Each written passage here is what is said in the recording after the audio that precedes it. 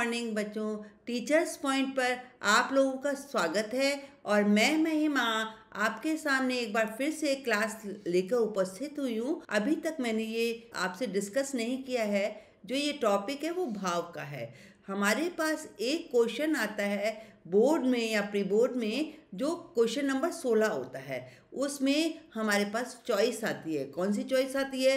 अन्वय करिए या फिर भाव कीजिए, राइट। तो अभी मैंने पिछली क्लास में आपको अन्वय सिखाए थे करना, और आज मैं आपको भाव सिखा रही हूँ। भाव और अन्वय में क्या फर्क है, पहले मैं आपको ये बताना चाह रही हूँ बच्चों। अन्वय जो होता है, जो उसकी हिंदी अनुवाद बनता है, जैसे जो शब्द हम पहले उठाते हैं और जो शब्द हम बाद में उठाते हैं, वो उसी तरीके से अन्वय के रूप में हम उसे डालते हैं। और उसमें भी फिलअप आते हैं, 4 फिलअप आते हैं। सारा अन्वय किया होता है जिसमें 4 फिलअप होते हैं। सिस्टमेटिक तरीके से सोच करके, समझ करके कि ये किसके साथ, किससे संबंधित शब्द है, वो शब्द 4 फिलअप में भरे जाते हैं, राइट। ओके। भाव का मतलब होता है श्लोक क्या कहना चाह रहा है। अब देखिए, श्लोक का मूल भाव तो एक ही होता है, लेकिन समझाना हर इंसान का अलग अलग तरीके का होता है। तो जो क्वेश्चन हमारे पास ये आता है वो भाव के रूप में आता है। भाव को अपने तरीके से क्वेश्चन में भाव समझाया होता है। उसमें भी 4 फिलअप होते हैं और उन 4 फिलअप को भरना होता है। और आपको इस भाव वाले क्वेश्चन में लाइन की या श्लोक की हिंदी बहुत ज़रूरी है आना। अगर आपको हिंदी नहीं आती होगी तो आप भाव कैसे निकालेंगे? नहीं निकाल पाएंगे ना बच्चों।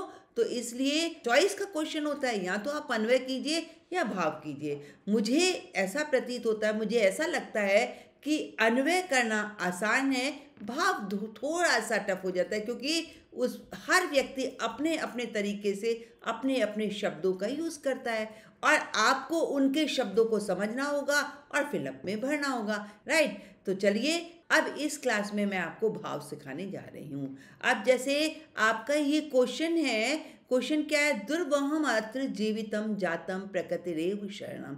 एक लाइन है ना। और वो जो एक लाइन है उसमें भाव क्या, हमारा अर्थ क्या जा रहा है? हमारा अर्थ जा रहा है कि जीवितम जातम प्रकृतिरेव शरणम। जीवन अत्र माना यहाँ पर जीवन बहुत कठिन हो गया है।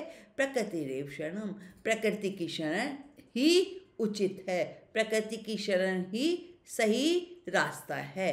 तो अब ये भाव क्या कह रहा है? अस्य भावः अस्ति, इसका भाव है। यत माना की, है ना। अध्यत्वे प्रदूषिते, अध्यत्वे माना आजकल, प्रदूषिते माना प्रदूषण। अब देखिए, प्रदूषिते पर्यावरण में, है ना। अब ये हमारे पास 4 शब्द हैं, शरणम, दुष्करम, पर्यावरणे, शुद्धम। प्रदूषिते पर्यावरणे। अब इसमें भी आपको ये ध्यान करना होता है। ये देखिए, विशेषण विशेष है। जहाँ पर विशेषण विशेष होता है, एक ही विभक्ति और एक ही वचन का प्रयोग होता है। आपको ये भी देखना होगा, यहाँ से भी हम राइट डायरेक्शन में ले सकते हैं कि ये दोनों ही सप्तमी विभक्ति है। प्रदूषित पर्यावरण में, तो प्रदूषिते पर्यावरणे, एक ही विभक्ति एक ही वचन है, राइट। तो इसका भाव है कि आजकल प्रदूषित पर्यावरण में मानवस्य जीवनम डैश जाता है, कठिन होता जा रहा है। यही कहा है ना, दुर्वहम, है ना। तो दुष्करम, इन्होंने दुर्वहम की जगह क्या लिखा है? दुष्करम। अपना भाव डाला है, अपने शब्द डाले हैं। तो अस्य भाव अस्ति यत् अधत्वे प्रदूषिते वातावरणे मानव जीवनम दुष्करम। अब देखिए, यहाँ म है और यहाँ पर दुष्कर्म में म नहीं लगाएंगे, अनुस्वार लगाएंगे ऊपर। दुष्कर्म जाता है, कठिन होता जा रहा है। अतः पर्यावरणम, इसलिए पर्यावरण डैश स्वच्छ च। अब आप ये देखिए, च आया है, च मतलब और, है ना। स्वच्छ माना साफ। अब आपको यहाँ पे कोई इसी का ही शब्द लगाना होगा, क्योंकि और आया है, 2 शब्द लगेंगे, एक शब्द लगा हुआ है। अब यहाँ आ जाइए, शुद्धम, शुद्धम स्वच्छम करणीयम। अतः पर्यावरण को शुद्ध और साफ करना चाहिए। ये हमें हिंदी आ रही है तभी हम कर पा रहे हैं ना बच्चों। तो ये देखिए, दुशुद्धम, आप शुद्धम ऐसे भी लिख सकते हैं और आप शुद्धम को ऐसे भी लिख सकते हैं, है ना। तो अतः पर्यावरणम शुद्धम या शुद्धम स्वच्छम च, दो शब्द हो गए, शुद्ध और साफ, करणीयम करना चाहिए, यत मना क्योंकि प्रकृति, अब हमारे पास है प्रकृति शरणम एव सुरक्षित आश्रमासी, क्योंकि प्रकृति ही सुरक्षित आश्रय है, सहारा है। तो प्रकृति है ना, शरणम, प्रकृति तो लिखा हुआ है शरणम। अब देखिए बच्चों, आप इसमें मैं दो तीन चीज़ें आपको बताना चाह रही हूँ। देखिए हमने यहाँ म लगाया क्योंकि यहाँ पे स्वर आया है पीछे, राइट, है ना। हमने यहाँ पे एक यत सीखा, यहाँ यत आया था, आपको यहाँ पे सिखा रही हूँ, यहाँ यत आया था तो मैंने लिखा था कि, अस्य भाव अस्ति यत, यह भाव है कि। आजकल प्रदूषण, पर्यावरण मानव जीवन के लिए कठिन हो गया है ना, कि। और यहाँ पर यत आया है, ये भी यत है, तो मैं यहाँ पर, और ये यत जो है, दोनों में क्या फर्क है। ये यत हमारा प्रकृति के लिए आया है, यत क्योंकि प्रकृति की शरण ही सुरक्षित है, षष्ठी विभक्ति में है। यत का मतलब की भी होता है, क्योंकि भी होता है, जो भी होता है, जबकि भी होता है। तो ये वाक्य के अनुसार शब्द ढल जाता है, और जो वाक्य होता है उसी के अनुसार हम उसका हिंदी बना लेते हैं। तो क्योंकि ये आपका आ गया, अतः पर्यावरणम शुद्धम स्वच्छम च करणीयम, पर्यावरण को शुद्ध और साफ करना चाहिए, क्योंकि प्रकृति की शरण ही एक सुरक्षित आश्रय है या सहारा है, राइट। तो ये जो यत होता है समय अनुसार, वाक्य के अनुसार ढल जाता है, ओके। तो चलिए, आपने एक ये पहला भाव सीखा, अब मैं नेक्स्ट भाव आपको सिखाने की कोशिश कर रही हूँ।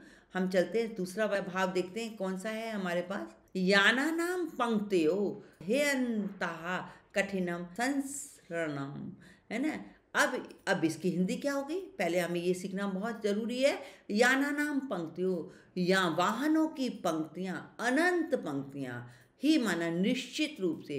देखिए ये जब हमारा इसको विग्रह करेंगे, ये दो शब्द हैं इसमें, और इसको जब हम विग्रह करेंगे तो आएगा ही जमा अनंता, ये यण संधि है, अनंता। तो अनंता ही माना निश्चित रूप से, अनंत वाहनों की पंक्तियों से के कारण कठिन संस्मरण, चलना बहुत कठिन हो गया है, के साथ रहना बहुत कठिन हो गया है। तो अब ये क्या कह रहे हैं, अब इसका अर्थ इन्होंने प्रयोग कैसे किया है, आधुनिक युगे डैश मार्गेशु विविध यानानाम, अब डैश मार्गेशु। अब देखिए एक और चीज सिखा रही हूँ, डैश मार्गेशु, कोई आपका यहाँ पे विशेषण ही होगा। क्यों विशेषण होगा, मार्गेशु मार्गों पर, कैसे मार्गों पर, कैसे में जहाँ कैसे आता है वहाँ विशेषण बनता है, और जो विशेषण है आपको पता है विभक्ति वचन एक ही लगता है। तो जब ऑप्शन में आपके पास एक ऐसी विभक्ति और वचन आए तो आप समझिए ज़्यादातर वहीं पे वही शब्द आएगा। अब जैसे महानगरेशु मार्गेशु, महानगर के मार्गों में, हमने क्या किया, मार्गेशु हमने एक तरीके से ढूंढा इसे, कैसे कि एक ही विभक्ति वचन है यानी विशेषण विशेष होगा। और हम ये भी ढूंढ सकते हैं इस आधुनिक युग में महानगरों के मार्ग पर, है ना, मार्ग पर है ना, तो महानगरेशु मार्गेशु विविध याना नाम डैश धूमम। अब देखिए विभिन्न यानों की पंक्तियों से, पंक्तियां, कतारा, अब पंक्तियों से यहाँ पे आया पंक्ति, अब इन्होंने पंक्ति नहीं लिखा, उसकी जगह क्या लगा थे, कतारा, कतारा बना लाइंस, वही पंक्तियां।